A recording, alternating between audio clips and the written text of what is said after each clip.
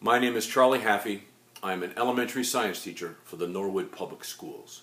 And the title of today's show is The Cheshire Cat Paper Airplane. Now, I built this airplane many years ago when I was a child. And it is the simplest airplane to build, I think. So I'm going to show you how to build this airplane. Right? What I'm going to do, though, is because of the nature of the airplane, is I'm not going to throw the airplane straight out at 0 degrees to the floor. That would be parallel to the floor. And I'm not going to drop the airplane straight down 90 degrees to the floor or perpendicular to the floor. I'm going to hold the airplane up as high as I can, and I'm going to drop it at 45 degrees, halfway between parallel and perpendicular to the floor. Halfway, 45 degrees. And I'm going to see if I can get this plane to fly away from me.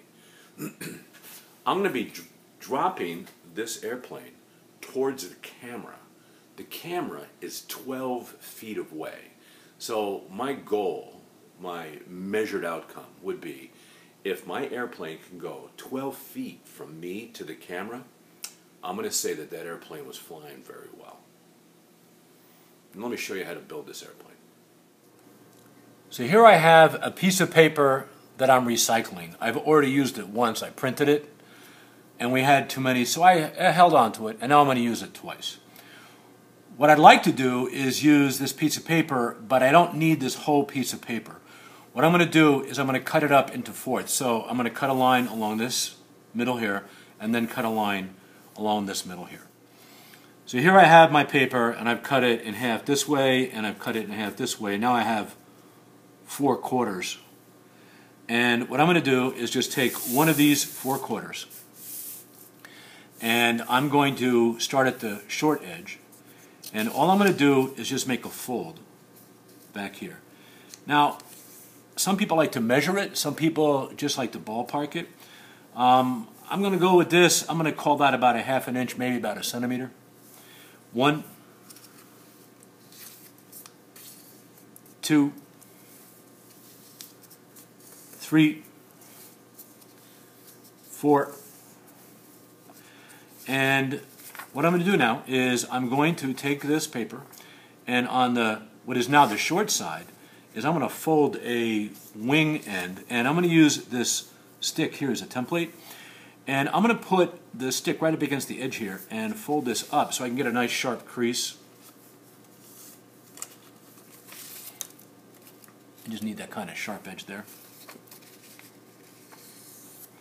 And I'm going to do the same on this side here. So I'm going to put this stick here and fold the paper up like that.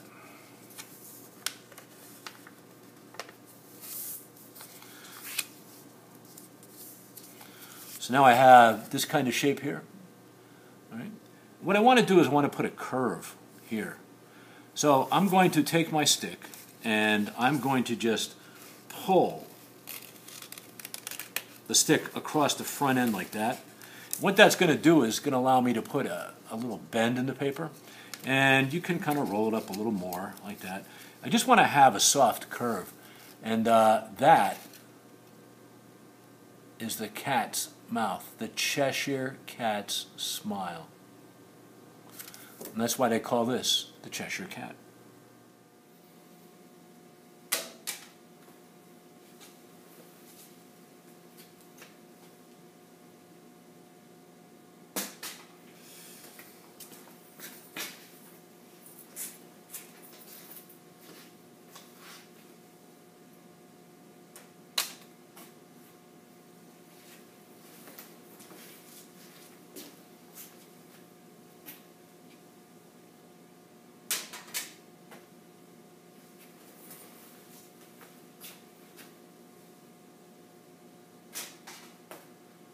Wait.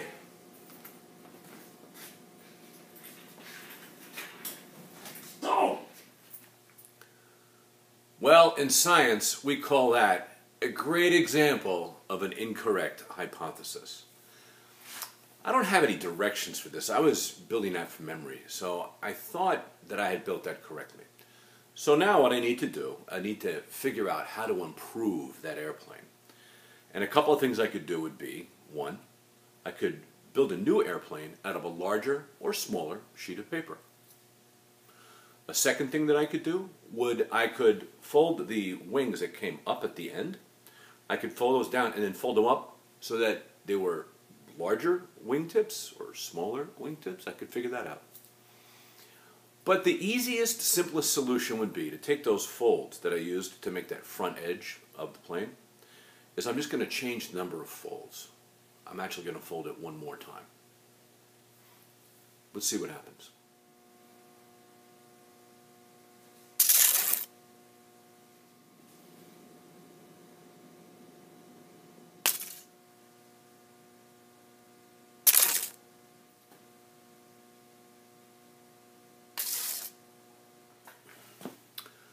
That is a good example of a correct hypothesis. I thought by just making one more fold in the wing, the front edge of that airplane, that it would fly better. And when I dropped it, that airplane flew right through the air and landed either right next to the camera or right by it, 12 feet away. That was pretty good. My name's Charlie Haffey. I'm an elementary science teacher for the Norwood Public Schools.